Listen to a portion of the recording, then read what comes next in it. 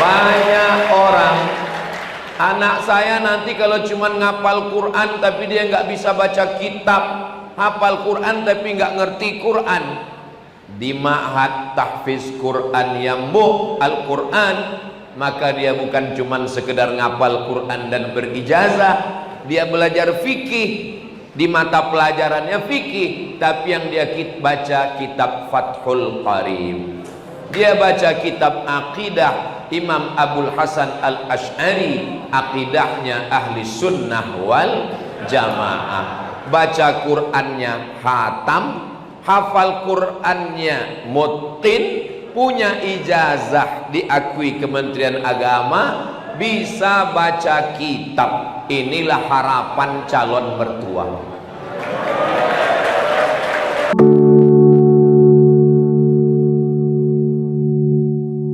Assalamualaikum warahmatullahi wabarakatuh.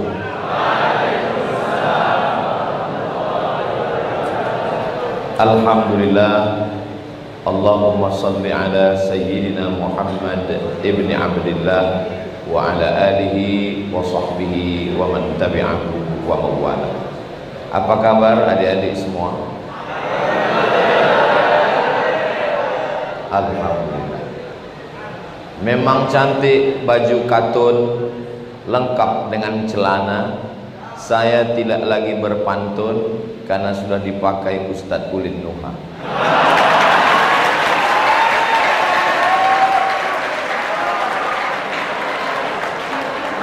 Saya senang sekali sampai ke Ma'had Tahfiz Yambu Al-Quran.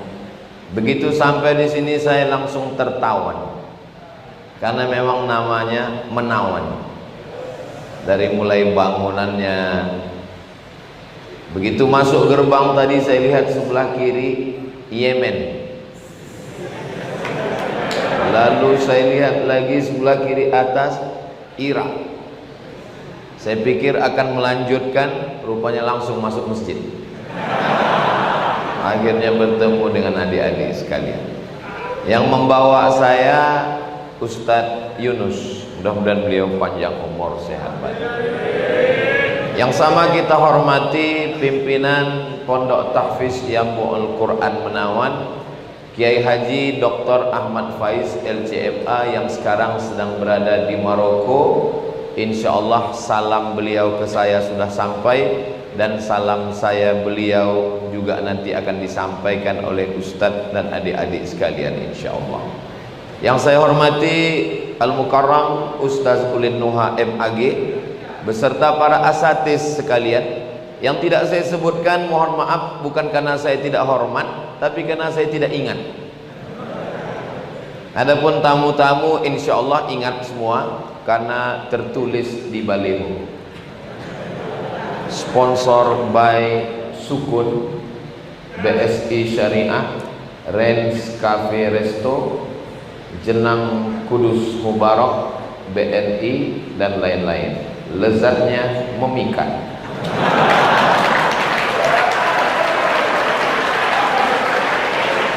Para guru yang hari ini kita sedang peringati Hari Guru Nasional, diperingati bersama para santri penghafal Quran Yambu Al-Quran. Semua kertas ini asalnya dari kayu. Jadi semua kayu-kayu ini dimasukkan ke dalam blender. Jangan bayangkan blendernya seperti blender cabai. Blender yang sangat besar memblender semua kayu-kayu di hutan lalu menjadi bubur, namanya pulp, PULP, pulp. Lalu bubur ini dibawa ke luar negeri. Saya ngelihat dengan mata kepala sendiri bubur kertas itu mirip dengan bubur ayam, tapi sudah putih, padahal kayu warnanya hitam. Lalu saya tanya, ini kenapa kayu yang hitam bisa jadi putih? Ternyata dicampur dengan batu kapur. Jadi bubur kayu campur batu kapur jadi putih, lalu limbahnya itu dibuang seperti dodol, kental, agak cair, setelah dengan bahan kimia bersih baru dibuang ke sungai karena khawatir menodai ikan sampai cucu cicitnya mati semua. Lalu kemudian jadilah dia kertas. Nasib kertas macam-macam, asalnya sama, dari hutan, dari kayu, tapi nasibnya beda. Ada kertas yang diletakkan di atas meja presiden, ditandatangani, kertas itu dibawa pakai map, dihormati, ditakuti. Kenapa? Isinya SK Menteri. Ada kertas itu nasibnya diletakkan di atas restoran untuk ngelap mulut. Inilah dia kertas tisu. Tapi ada kertas yang amat sangat kurang beruntung di toilet. Gak usahlah kita teruskan, hilang selera makan kita nanti. Tapi ada kertas yang tidak berani disentuh menteri, presiden, bupati, gubernur, wali kota. Siapapun tidak berani menyentuh kertas ini. Padahal asalnya dari hutan, dari kayu juga. Kertas itu adalah la yamassuhu illal mutahharun. Asal boleh sama, dari pabrik yang sama, dengan batu kapur yang sama, tapi letak kemuliaan berbeda. Begitulah dengan adik-adik sekalian, asalnya sama, sama-sama dari tanah, tapi adik-adik dimuliakan. Kenapa? Khairukum man ta'allamal qur'ana wa 'allama. Jadi tidak ada satupun perempuan yang berani menyentuh adik-adik. Kenapa? Karena kalian adalah Quran berjalan.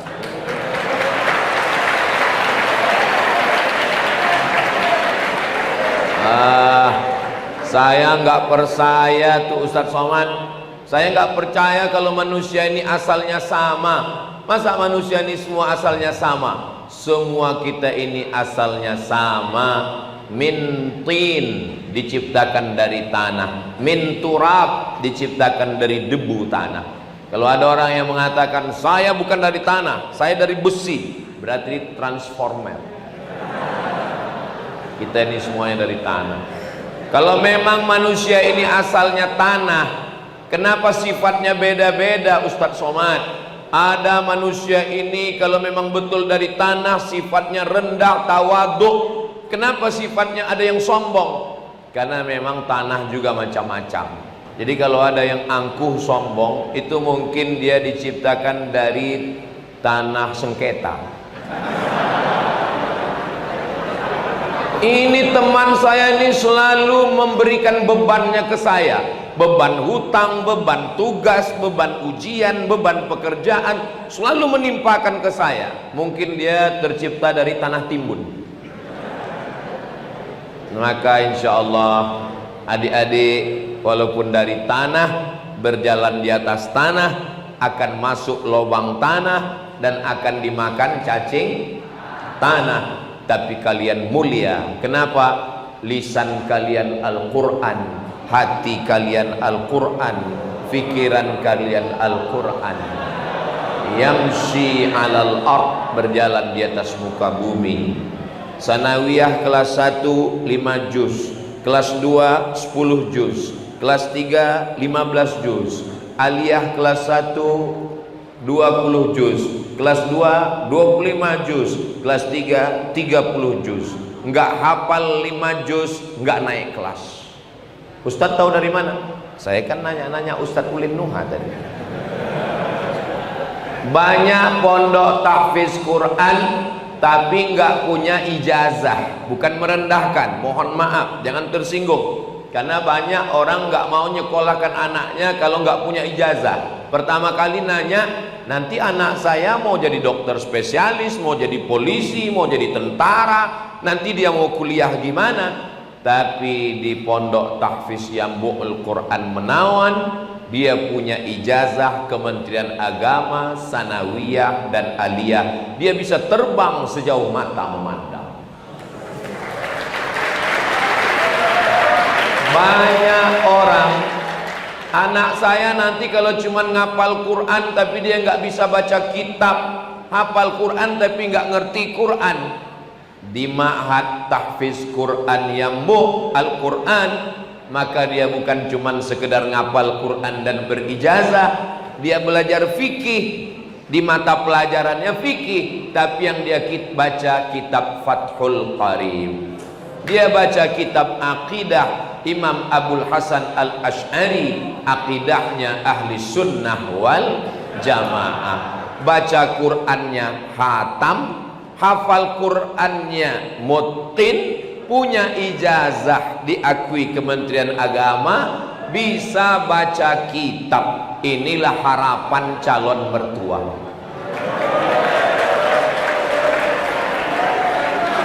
Makanya saya kasih tahu kepada bapak ibu yang ingin bahagia keluarganya, sakinah mawaddah warahmah, yang punya anak perempuan, datang ke Yambo Al-Quran Menawan, booking dari sekarang sebelum diambil orang lain.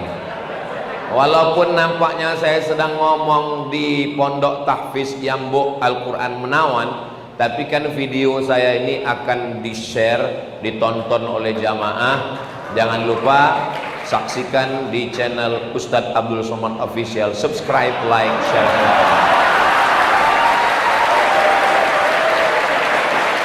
Allahu Akbar.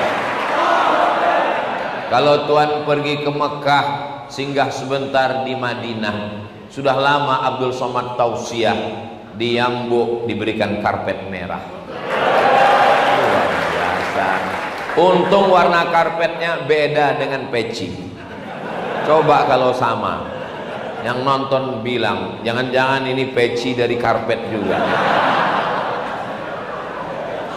Nah, adik-adik adalah orang yang beruntung. Tapi yang paling beruntung adalah ayah dan ibu. Ibu yang mengandung 9 bulan 10 hari, wahnan ala wahnin wa fisaluhu fi amaini, menetes 10 keringat dan air mata. Adik-adik 1 hari murajaah 2 juz, 1 bulan hatam 2 kali, 1 tahun hatam 24 kali.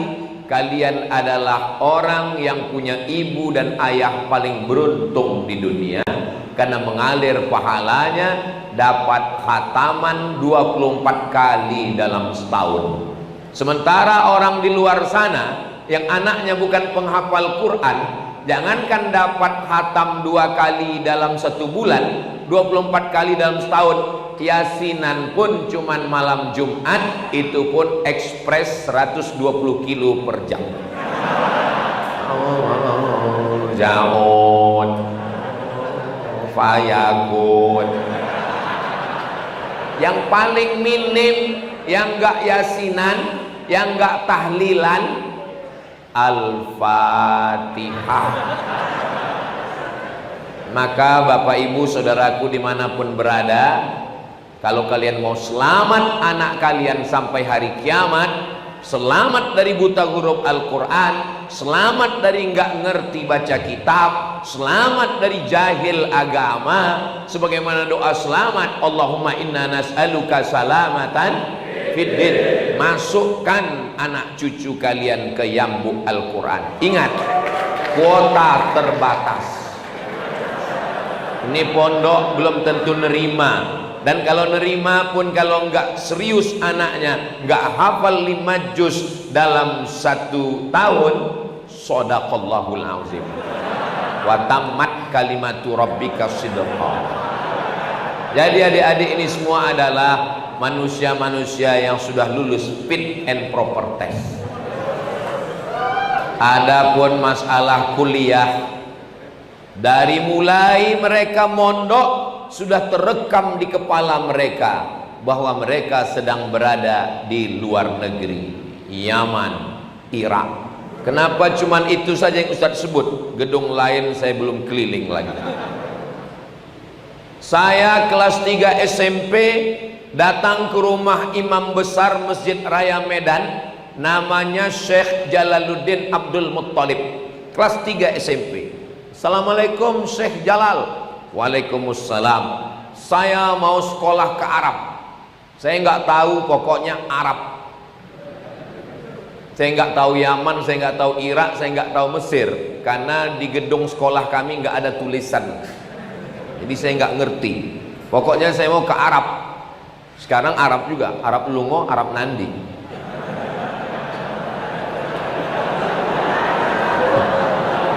Saya Jalaluddin, tolong saya mau berangkat ke Arab.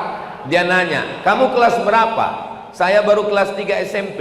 Tamatkan dulu SMP, masuk mondok, tamat aliyah, baru nanti kamu saya berangkatkan. Jadi saya kelas 3 SMP sudah punya cita-cita mau ke Arab, walaupun saya nggak tahu di mana Arab. Lalu setelah tamat mondok di Al-Jam'iyatul Wasliyah, lalu kemudian saya pun berangkat ikut tes Kementerian Agama, beasiswa Al-Azhar ada 100 orang tahun 1998. Lalu kemudian saya ikut tes, lulus, berangkat 5 September 1998 dari Cengkareng menuju Amman, dari Jordania menuju Kairo. Mendarat di Kairo, pakai jas, pakai dasi, pakai jaket, pakai topi. Sampai di sana keringetan, ternyata musim panas. Disambut oleh Ketua PPMI, Persatuan Pelajar Mahasiswa Indonesia.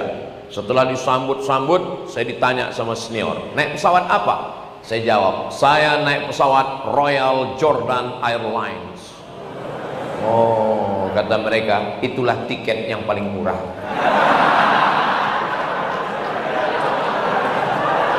Saya belajar di sana. Di Al-Azhar belajarnya tidak pakai SKS, tidak pakai sistem kredit semester, dia pakai paket. Tahun pertama 14 mata kuliah, tahun kedua 14 mata kuliah, tahun ketiga 14 mata kuliah, tahun keempat 14 mata kuliah, selesai S1.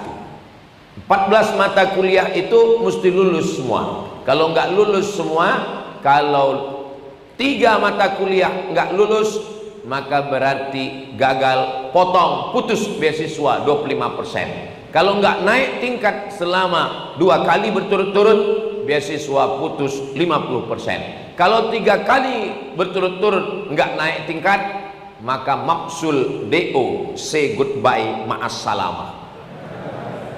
Saya ketakutan sampai nggak selera makan, belajar, akhirnya saya naik tingkat dan saya selesai 1998. Saya sampai di Mesir bulan Juli 2002. Saya selesaikan pendidikan saya di Al-Azhar 3 tahun 10 bulan. Habis itu saya selesai. Kenapa Ustadz cepat selesai? Karena saya ketakutan, karena kalau tidak lulus berarti saya putus beasiswa. Kalau saya putus berarti saya nggak makan. Kalau nggak makan, nggak dapat tiket pulang, berarti saya siap naik rakit dari Sungai Nil ke Sungai Siak di Riyadh. Saya selama 4 tahun di Mesir nggak pernah sekalipun minta uang sama orang tua, nggak pernah minta uang jajan, nggak pernah minta uang asrama, nggak pernah minta uang kuliah, nggak pernah minta tiket pulang. Bukan berarti saya fakir miskin dan du'afa. Saya tidak kaya, tapi ayah ibu saya insya Allah mampu. Sampai ibu saya bertanya, kau masih hidup di sana? Masih, mak, saya bilang. Kenapa kau nggak pernah minta duit? Biarkan aku berdikari. Beasiswa saya 162 pon, 50 pon untuk sewa kamar, 50 pon untuk beli makan, 20 pon untuk beli buku, 20 pon untuk naik bis, 20 pon disimpan dalam buku, beli obat mana tahu sakit demam mencret. Namun minta sama orang tua saya nggak mau. Dari mana tiket pulang?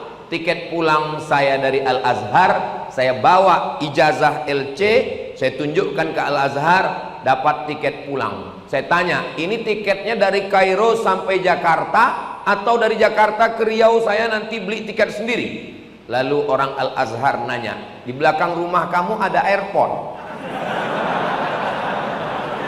Kalau ada airport, Al-Azhar akan nanggung dari Kairo ke Jakarta, dari Jakarta langsung ke dapur rumah kamu. Begitulah Al-Azhar memuliakan pendidikan agama.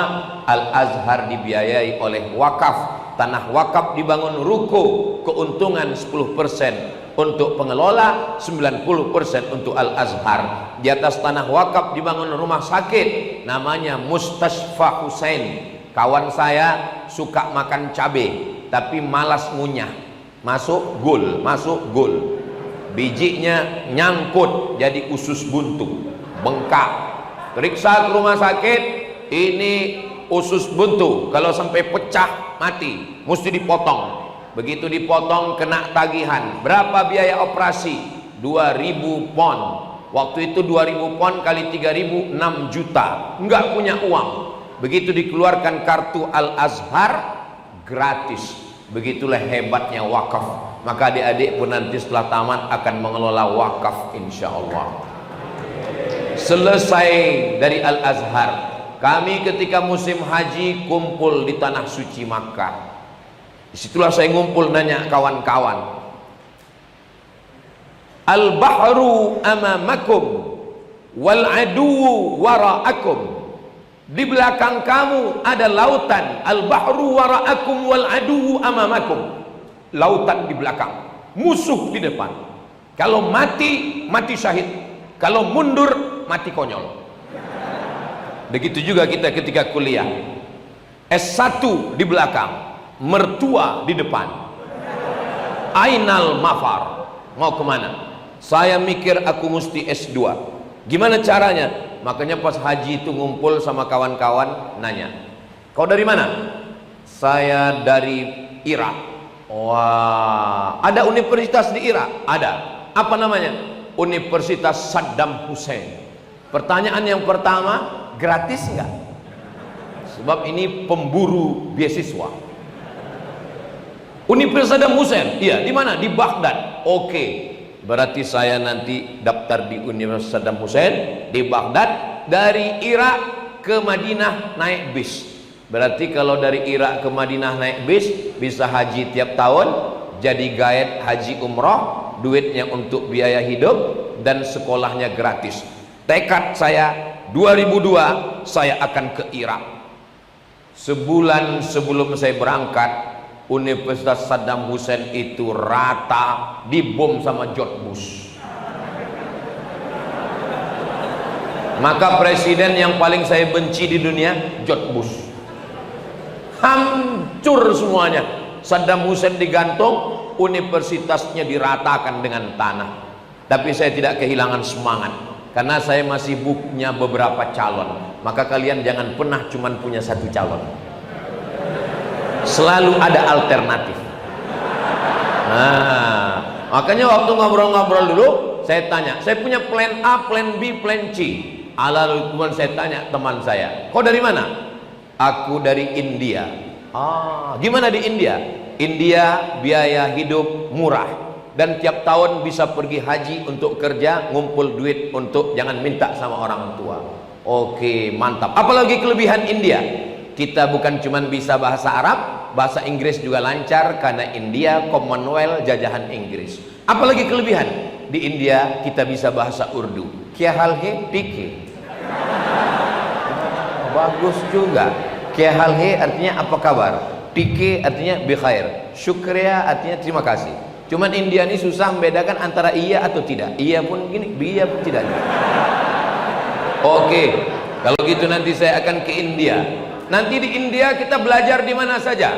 Kalau mau cari hadis di Deoban, bisa juga di Nadwatul Ulama, bisa juga di Aligarh University. Oke, India masuk dalam plan. Lalu kemudian mana lagi? Maroko masuk dalam plan. Plan saya waktu itu 4: Saddam Hussein, India, Sudan, Maroko. 4. Begitu orang tua nyuruh pulang, empat-empatnya hancur karena sorga di bawah telapak kaki ibu.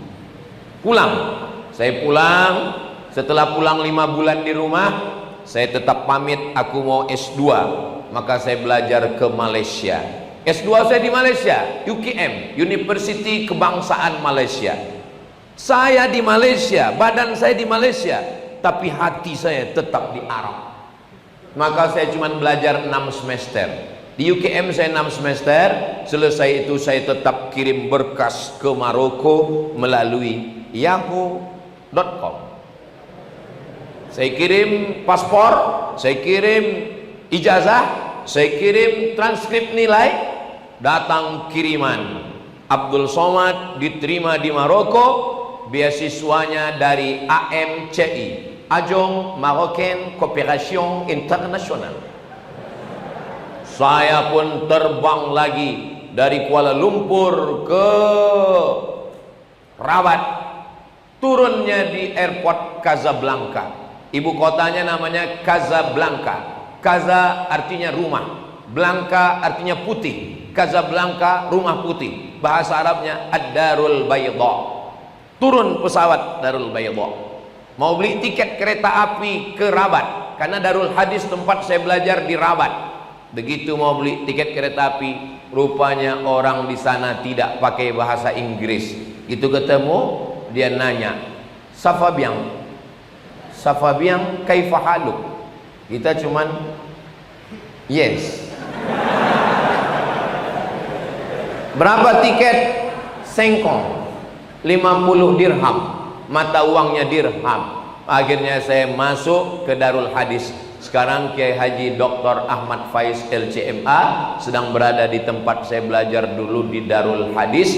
Darul Hadis bagus, cantik, alamnya indah, di tepi laut Samudra Atlantik, di gunungnya ada salju, musimnya 4, ada musim rabi, musim bunga, ada musim kharif, musim gugur, ada musim syita, musim dingin, ada musim saif, musim panas.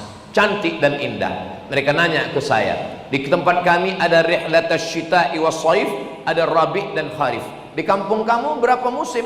Saya bilang banyak. Ada musim durian, ada musim rambutan, ada musim pilkada. Saya bilang, alhamdulillah. Saya sampai ke Maroko tahun 2004. Saya masuk. Ternyata Maroko juga kejamnya luar biasa. Beasiswa saya 1 bulan 100-800 dirham, mata uangnya dirham, lebih kurang $100. Kalau sekarang 1,5 juta. Dan saya tinggal di asrama, maka saya gratis, nggak bayar asrama dan makan gratis. Asramanya ada 2 gedung besar. Gedung sebelah kanan itu orang-orang putih semua, Indonesia, Malaysia, lalu kemudian yang ada dari negara-negara Arab, lalu kemudian yang kiri ini dari Afrika, Burkina Faso, Nigeria, Mauritania. Saya tinggal milih di asrama sekamar dengan orang Afrika. Kenapa saya bersama mereka? Karena orang Afrika ini, pengalaman saya, orangnya lebih baik, komunikasinya nggak sombong, dan di tengah mereka saya terasa lebih putih. Nah, jadi saya satu asrama. Saya pernah satu asrama dengan orang Mauritania. Saya pernah satu asrama, satu kamar dengan orang Madagaskar, orang Kristen. Saya pernah satu kamar dengan orang orang Guinea. Setelah satu kamar dengan orang Guinea, Muslim. Dia tanya, where are you come from? Dia bahasa Inggris. Saya bilang Indonesia. Oh, dia bilang in all of the world, di dunia ini semuanya 4 Guineas. Di dunia ini ada 4 Guinea, dan 1 Guinea ada di kampung kamu. Saya kaget. Dia bilang ada 4 Guinea di dunia. Negara saya Guinea, satu lagi Guinea Bissau, satu lagi Guinea Conakry, dan satu lagi adalah di kampung kamu. Apa namanya? Papua New Guinea. Ternyata saudara kita Papua itu masih suku dengan mereka yang ada di Guinea. Dia baik sekali. Pagi-pagi dia tawarkan saya sarapan. Dia ambil roti, dia belah, dia ambil sarden 1 kaleng, dia masukkan, dia pencet, langsung dia baca, Allahumma barik lana fima razaqtana wa qina adzabannar. Saya coba, enggak masuk. Kita masih perlu oseng-oseng, sambal terasi, pakai tahu tempe. Memang masalah makanan ini. Saya tinggal di asrama, orang Maroko semuanya makan gandum. Saya tetap beli beras. Saya datang bawa beras 1 kilo. Teman saya yang dari Pakistan namanya Amar, yang dari Bangladesh namanya Abu Ahmad, ngejek saya. Abdul Somad, kamu masih makan nasi? Kami di Maroko sudah nggak makan nasi lagi. Saya bilang, saya nggak bisa kalau nggak makan nasi. Perut saya kenyang tapi otak saya nggak jalan. Seminggu setelah itu pas saya berdiri di kamar, saya lihat mereka di bawah mikul beras. Saya turun ke bawah. Kamu berdua Abu Ahmad dengan Ammar, kemarin kalian ngejek saya bawa 1 kilo beras. Kenapa sekarang kamu bawa ini 1 karung beras? Kata mereka, Abdul Somad, kita ini orang Asia, kalau nggak makan nasi otak kita nggak kerja. Jadi masalah makanan, adik-adik dari sekarang biasakan makan gandum supaya nggak susah kayak saya dulu makan nasi. Nah, setelah itu saya pulang ke Indonesia. Cita-cita saya dulu tidak pernah tabligh akbar di tengah lapang orang ramai, nggak ada di pikiran saya. Pikiran saya dulu simple saja. Saya mau S1, habis S1 S2, habis S2 S3, setelah S3 saya mau jadi dosen, setelah itu saya punya duit gaji, setelah itu saya mau membahagiakan ayah dan ibu saya. Cita-cita tertinggi saya bukan dosen, bukan ustadz, bukan apapun. Saya cuma mau membahagiakan orang tua. Ternyata apa yang terjadi? Allah Subhanahu wa taala membuat hidup saya skenarionya luar biasa, sama seperti judul lagu, jatuh bangun aku mengejarmu. Saya pulang dengan membawa 2 ijazah, sebelah kiri LC, sebelah kanan MA. LC MA, lagi cemas mencari anak gadis. Enggak ada satupun orang yang mau memberikan anaknya ke saya, karena dia takut anaknya enggak makan. Karena saya bukan orang kaya, akhirnya saya merantau ke Brunei Darussalam. Saya buat surat lamaran kerja, masih saya simpan sekarang di file laptop saya. 17 lamaran, 1 pun nggak ada yang nyangkut. Akhirnya saya pulang, kata ibu saya, kau pulang aja, kau ngajar di kampung halaman. Setelah saya pulang, saya ikut tes dosen, saya lulus tahun 2009, PNS Fakultas Usuluddin, ngajar mata kuliah hadis, karena S2 yang saya tulis itu 600 halaman, judul tesis S2-nya Rijalul Muwatta' was Sahihain alladzina dha'afahumun Nasa'i fi kitabid du'afa wal matrukin jam'an wa dirasatan. Periwayat-periwayat hadis yang ada dalam Sahih Bukhari, Sahih Muslim, Muwatta Imam Malik yang didhaifkan oleh Imam An-Nasa'i dalam kitab Du'afa wal Matrukin sebanyak 62 perawi. Diterima, disidangkan, saya selesai sidangnya pada bulan November 2006. Jadi S2 saya selesaikan setahun 11 bulan. Kenapa bisa cepat? Karena ancaman kalau beasiswa putus nggak makan. Jadi ternyata, mohon maaf, anjing herder yang lari kencang dengan orang yang lari biasa itu yang bisa mengimbangi. Siapa yang mau lomba lari kencang, cobalah dikejar anjing herder, insya Allah cepat. Makanya kalau ada sekarang saya ketemu dengan mahasiswa, saya masuk kampus, pas nanya sama mahasiswa, kamu semester berapa? Semester berapa? 4. Masa 4? 14. Kok bisa semester 14? Bukunya bahasa Indonesia, dosennya orang Indonesia, belajarnya di Indonesia, pulang kampung tiap Sabtu. Kok bisa 14 semester nggak selesai? Karena nggak dikejar anjing. Nggak ada yang dikhawatirkan. putus uang, kos-kosan nggak ada, uang nggak ada, passwordnya tinggal 3 huruf, mbok, mak, mother. Maka kalau mau adik-adik semangat belajar, nanti kasih tahu sama orang tua, ayah, ibu, izinkan aku pergi sejauh mata memandang, jangan kirim uang selama 4 tahun. Kalau aku nggak kirim kabar, sholat gaib, berarti sudah mati.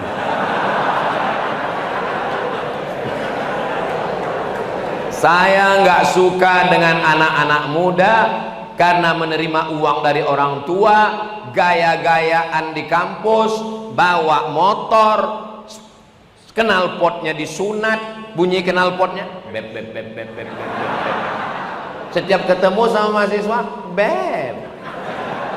Alhamdulillah di Ma'had Tahfiz yang Boh Al-Quran semuanya laki-laki, ustaznya laki-laki. Berarti kalian sama dengan saya.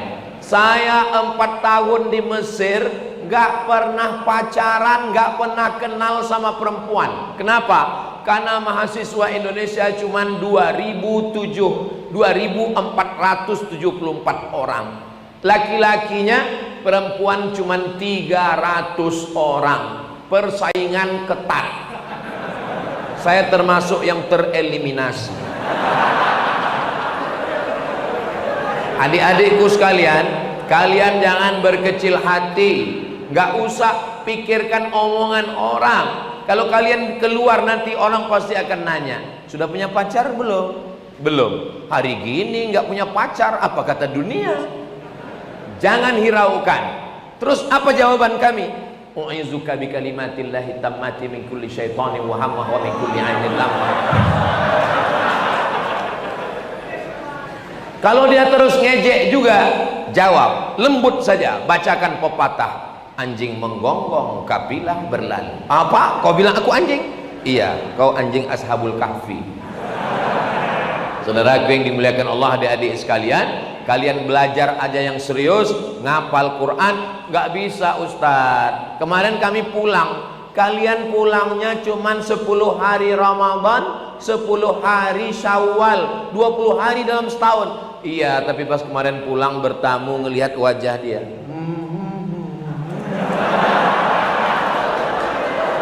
Bagaimana cara melupakannya Pak Ustadz? Kalian paling mudah melupakan. Kenapa? Karena sebelum tidur malam kalian pejamkan mata. Innallaha la yastahyi an yadhriba mathalan ma ba'datan fa ma fawqaha fa ammal ladzina amanu fa ya'lamuna annahu al-haqqu min rabbihim wa ammal ladzina kafaru fa yaquluna ma'adza arada Allahu bi hadzal mathala yudhillu bihi katsiran wa yahdi bihi katsiran ma yudhillu bihi illa al-fasiqin. Lama-lama dia hilang. Enggak juga hilang. Allahu la ilaha illa huwal hayyul qayyum.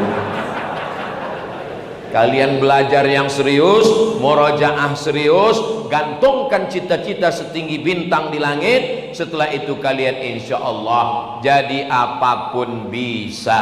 Nanti ada di antara adik-adik saya ini yang akan jadi polisi jenderal bintang 4, polisi penghafal Quran. Kalian jadi babinsa, babin kamtibmas dan komandan tentara, panglima yang hafal Quran. Kalian akan ada pilot. Saya bermimpi nanti kalau saya naik pesawat, saya tidak lagi mendengar suara musik lagu-lagu di dalam pesawat, tapi yang saya dengarkan adalah suara tarannum Al-Quran. Kenapa? Karena pilotnya adalah penghafal Al-Quran. Saya memimpikan nanti ketika sedang sholat di masjid, saya tidak lagi disuruh maju ke depan. Sekarang kalau ada acara pengajian, ada Kapolres, ada polisi, ada tentara, ada dandim, ada danramil, ada bupati, ada wali kota, selalunya ustadz disuruh ke depan. Saya bermimpi di masa akan datang ketika sedang berbaris, bupati, wali kota, gubernur tidak lagi memerintahkan orang lain, dia sendiri yang akan maju ke depan. Dan ketika ditanya siapa dia, dia adalah bupati, gubernur, wali kota, alumni yang Boh Al-Quran. Kalau Indonesia ini semakin banyak penghafal Al-Quran, maka insya Allah Indonesia menjadi mulia. Kertas jadi mulia karena Al-Quran. Gua, begitu banyak gua di Indonesia yang bagus-bagus, tapi gua yang paling dicari orang adalah gua yang di dalamnya turun Al-Quran. Iqra bismi rabbikal ladzi khalaq, khalaqal insana min 'alaqin, iqra wa rabbukal akramul ladzi 'allama bil qalami 'allamal insana ma lam ya'lam. Hanya 5 ayat yang turun di gua itu, tapi gua itu dicari-cari orang. Di antara semua bulan, bulan apa yang paling mulia? Bulan yang ada Al-Quran di dalamnya. Disebutkan satu bulan, nggak ada bulan Muharram, nggak ada bulan Sya'ban. Yang ada adalah Syahrul Ramadhan allazi unzila fihil Ramadan, mulia karena Al-Quran. Gua Jabal Nur mulia karena Al-Quran. Kertas mulia karena Al-Quran. Manusia mulia karena Al-Quran. Indonesia insya Allah dijaga Allah kemuliaannya karena semakin banyak penghafal Al-Quran. Wa idza quri'al Quran, kalau Quran dibacakan, fastami'u lahu, dengar baik-baik, wa ansitu, diam, la'allakum turhamun. Ketika Quran dibacakan, turun rahmat Allah subhanahu wa ta'ala. Quran dibacakan di rumah, turun rahmat di rumah. Quran dibacakan di kamar, turun rahmat di kamar. Quran dibacakan di Indonesia, dari Sabang sampai Papua, sanadnya tersambung kepada Mbah Arwani Kudus, sampai kepada Imam Hafs an Asim, sampai kepada Sayyidina Ali, sampai kepada Sayyidina Utsman, sampai ke Sayyidina Zaid bin Thabit, sampai kepada Sayyidina wa Maulana Muhammad sallallahu alaihi wasallam. Baca Quran gak pakai guru, sesat menyesatkan. Download Quran di google.com. Baca Quran sendiri. Alama, tulisannya alama. Kenapa? Karena baca Quran tidak berguru. Al-Quran bukan kertas yang turun dari langit. Al-Quran adalah suara. La tuharrik bihi lisanaka lita'jala bih. Inna alaina jam'ahu wa qur'anah. Kami yang membacakan Al-Quran. Jibril membacakan, Nabi mendengar. Nabi membaca, sahabat mendengar. Sahabat membaca, tabi'in mendengar. Tabi'in mendengar, tabi'in mendengar. Para guru-guru kita membacakan Al-Quran. La ta'manna ala Yusuf Bismillahi majreha a'jamiyyu wa arabi Alif lam mim. Syekh Muhammad Mutawalli Asy'arawi komplain ke guru mengajinya. Dia bawa Al-Quran 2. Kenapa yang ini dibaca Alam Nasrah? Kenapa ini dibaca Alif Lam Mim? Tulisannya sama. Kata gurunya, karena Al-Quran turun bukan kertas, bukan tulisan, tapi Al-Quran turun adalah suara. Andai terbakar semua Al-Quran yang ada di perpustakaan, andai hancur semua Al-Quran, Al-Quran tidak hilang. Kenapa? Karena Al-Quran ada di hati para santri yang buh Al-Quran.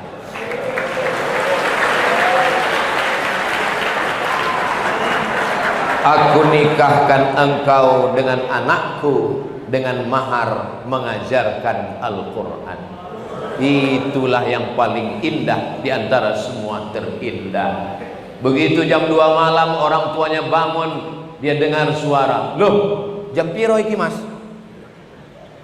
Masih jam loro, masih jam 2. Kenapa suara mikrofon masjid toa sudah bunyi? Bukan dari masjid. Terus dari mana? Anak kita di sebelah sedang murojaah Al-Quran. Bismillahirrahmanirrahim. Ar-Rahman 'allamal Quran, khalaqal insan,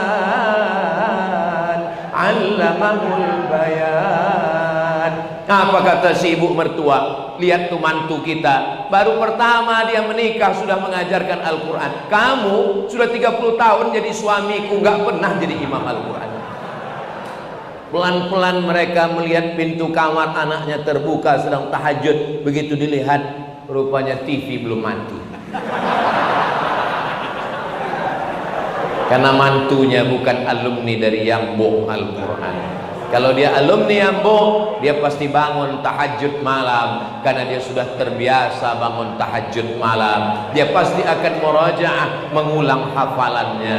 Adik-adikku sekalian, kalian orang paling beruntung, kalian orang paling mulia. Andai waktu boleh terulang kembali, seandainya lan tarji'al ayyamul lati madat, yang lalu tidak bisa terulang. Ala laita syababa ya'udu yauman, andai masa muda bisa kembali. Kalaulah umur saya mundur lagi kelas 6 SD. Seandainya saya sekarang ini kelas 6 SD ini, nanti mau tamat SD bulan Mei 2025. Lalu Ustadz mau kemana? Saya mau jadi santri penghafal Quran yang boh Al-Quran. Kenapa? Tapi Ustadz kan nggak bisa lagi. Saya nggak bisa lagi belajar di Ambo Al-Quran karena umur saya sekarang udah berapa? 27 apa berapa? Umur ini kan bukan masalah angka, umur ini masalah rasa, guys. Saya nggak bisa lagi masuk Yambo, tapi anak saya Sami Ahmad Mesbahi Ibadillah nanti saya mau masukkan ke Yambo Al-Quran. Saya kirim jadwal ke istri saya. Jadwal saya selama 4 hari di Jawa Tengah, mulai start pertama hari ini Jumat, Sabtu, Ahad, Senin baru saya pulang. Gak boleh lebih dari 4 hari. Kalau lebih 4 hari dikhawatirkan buka cabang. Saya kirim ke istri saya, aku 4 hari di Semarang, ini jadwalnya. Lalu dia lihat, oh ada di Yambu, nanti anak kita sekolahkan ke Yambu. Itu sudah janji. Kalau panjang umur saya yang akan mengantarnya ke Yambu. Kalau umur saya tidak panjang, insya Allah semua sudah mendengar saksi, sampaikan. Ingat, dulu Ustaz Somad pernah ngomong bahwa ingin anaknya supaya kalau dia ngapal Quran, sanad Qurannya tersambung ke Mbah Arwani Kudus. Almarhum ma'aman ahab, orang akan bersama dengan siapa yang dia sayangi. Memang saya nggak pernah ketemu dengan Mbah Arwani, tapi saya selalu mendengar namanya disebut-sebut para penghafal Quran.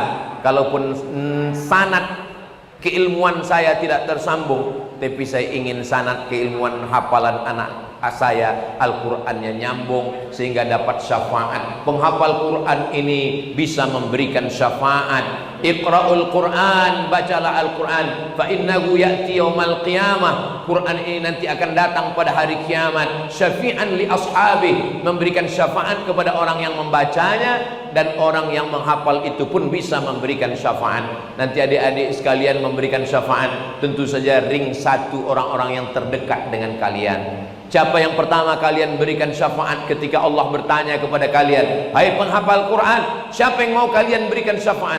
Kalian akan berikan ke ibu kalian, ke ayah, ke istri, ke anak, ke mertua. Setelah semuanya dapat, mudah-mudahan ada di antara kalian yang masih ingat. Oh, satu lagi belum. Siapa? Ustaz Somad. Mudah-mudahan di antara 1.200 santri ada yang ingat dengan Ustaz Somad, insya Allah. Dari bunyi aminnya kelihatannya nggak banyak yang setuju. Bukan begitu Ustaz, mereka orangnya tawadhu, rendah hati. Selama 1 tahun di pondok, keluarnya cuma 20 hari. Kalian selamat dari YouTube, Instagram, Telegram, miligram, kilogram, WhatsApp. Kalian selamat dari mata yang melihat perbuatan maksiat. Masa Ustadz Somad? Ustadz Somad kan Ustadz. Masa Ustadz Somad matanya nggak terjaga, nggak terpelihara? Kalau Ustadz ngisi pengajian, perempuan kan nutup aurat, memang betul. Tapi saya hari ini sudah 2 kali naik pesawat. Dari Pekanbaru ke Jakarta transit 2 jam. Dari Jakarta ke Semarang. Selama di pesawat, tadi saya nunduk waktu mau masuk pesawat, nunduk. Dia kan tetap nanya, Bapak kursinya nomor berapa? Adik-adik sekalian, matanya terjaga, terpelihara, maka insya Allah yang ada di mata kalian Al-Quran, yang ada di pikiran kalian Al-Quran, yang ada di hati kalian Al-Quran.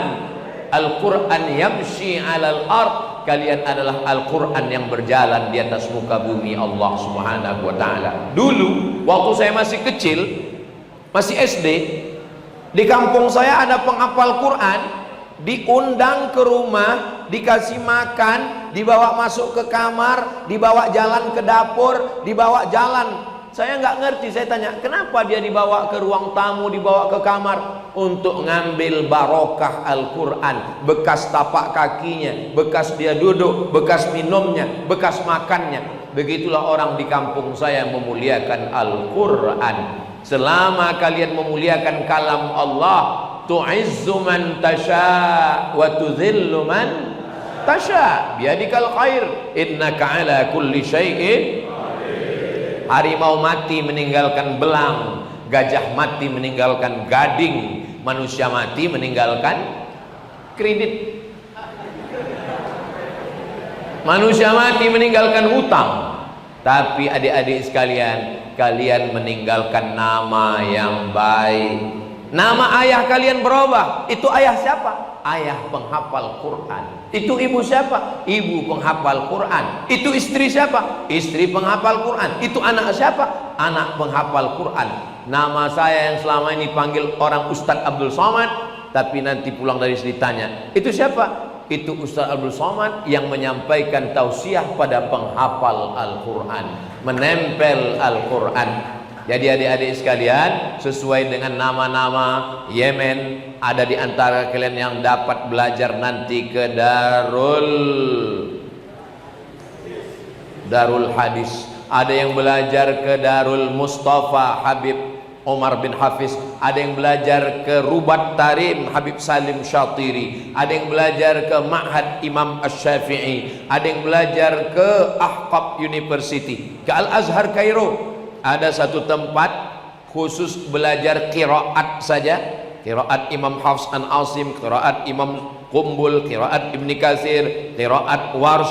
Mereka akan belajar sampai akhirnya pulang, dan semuanya akan mendirikan yambuk 1000 yambuk di Nusantara insyaallah, sesuai dengan tempatnya masing-masing. Yambuk tidak pernah yambuk 1, yambuk 2, tapi yambuk menurut tempatnya. Yambuk Menawan, Yambuk dan tempat-tempat lainnya. Saya bermimpi, maka insya Allah ada Yambuk di kampung halaman saya, ada Yambuk di Papua, ada Yambuk di Amerika. Supaya apa? Apalagi yang ganteng-ganteng ini dapat beasiswa ke New York, dapat beasiswa ke ANU itu apa Pak Ustaz? Australia National University. Siapapun bisa. Orang sekarang begitu bangganya kalau anaknya SMP dan SMA. Anak saya di SMA plus, anak saya di SMP. Anak kamu bangga di SMP, enggak masalah, tapi jangan menyepelekan penghafal Quran. Mereka di pondok menghafal 30 juz Al-Quran di kepalanya. Di samping itu dia menghafal lagi tasrif, nahu, sorab. Hitunglah pelajaran di SMP, cukup dengan 5 jari. Fisika, kimia, matematika, bahasa Inggris, bahasa Indonesia. Tapi di pondok pesantren, nahu, sorab, balaghah, ma'ani, bayan, mantik, fikih, usul fikih, qawaidul fikih, tafsir, arud qawafi, hadis, ilmu hadis, mustalah hadis, mukhtaliful hadis, rijalul hadis. Belum lagi Al-Quran. Bapak ibu dimanapun berada, cari anak kalian yang paling cerdas, yang IQ-nya paling tinggi. Itulah yang kalian masukkan ke pondok tahfiz Quran Yambuk Al-Quran Menawan. Ini sekarang banyak orang anaknya nggak lulus SMP negeri, nggak lulus SMP plus, nggak diterima di mana-mana, baru dia bawa ke pondok. Oh, pikir pondok tempat pembuangan sampah. Setelah anaknya nakal di pondok karena nggak bisa belajar, nggak nangkap, baru dikatakan pondok tempat nakal. Anakmu nakal sebelum masuk pondok, mas. Saudara yang dimuliakan Allah Subhanahu wa taala, mudah-mudahan Allah menjaga adik-adik semua dari perbuatan maksiat. Syakautu ila waqi'in su'a hifzi fa arsyadani ila tarkil ma'asi. Lalu kemudian apa kata dia? Bi annal ilma nurun wa nurullahi la yuhda lil 'asi. Allah tidak akan mungkin menempatkan permatanya di atas tanah yang kotor. Maka muliakan cawannya, muliakan cangkirnya, muliakan gelasnya, barulah air zam-zam dituangkan ke dalamnya, barulah diminum terasa nikmat segarnya. Kita ini masih manusia, nggak ada yang luput dari dosa. Jadi kalau ada di antara adik-adik mengatakan, saya ini masih buat dosa Pak Ustadz, berarti kamu masih manusia. Saya ini dosa terus, berarti setan. Saya ini nggak pernah buat salah Pak Ustadz, saya ini betul terus, berarti kamu sudah sejajar dengan malaikat Jibril. Kita ini kadang silap, kadang salah. Mudah-mudahan Allah mengampunkan dosa kita semua, insya Allah. Amin ya rabbal alamin. Tadi saya mulai jam 3 kurang 15, sekarang sudah jam 4 kurang 15. Ternyata saya sudah berdiri 1 jam. Jadi rupanya kalau kita berdiri di depan orang-orang yang hatinya bersih, penghafal Quran, itu berdiri pun nggak terasa. Tapi kalau kita berdiri di tempat orang yang hatinya kotor, pikirannya suntuk, bawaannya ngantuk. Saya seingat saya dulu kalau di pondok, banyak santri yang nggak bisa tegak kepala, nunduk aja, entah karena hafalannya berat atau karena digoda setan. Tapi di Ambuk saya lihat semuanya cerah, semuanya cerdas, semuanya semangat. Salamnya pun semangat luar biasa. Mudah-mudahan semangat terus sampai akhirnya kalian adalah anak-anak yang sukses, tongkat pelanjut perjuangan Indonesia ke depan, insya Allah. Itulah yang dapat saya sampaikan. Terima kasih segala perhatian, mohon maaf segala kesilapan. Saya ucapkan selamat Hari Guru. Semoga Bapak Ibu guru, pahlawan tanpa tanda jasa, pahlawan yang terus berjasa. Hidup boleh berhenti, tapi amal jariah kalian terus mengalir walau sudah mati.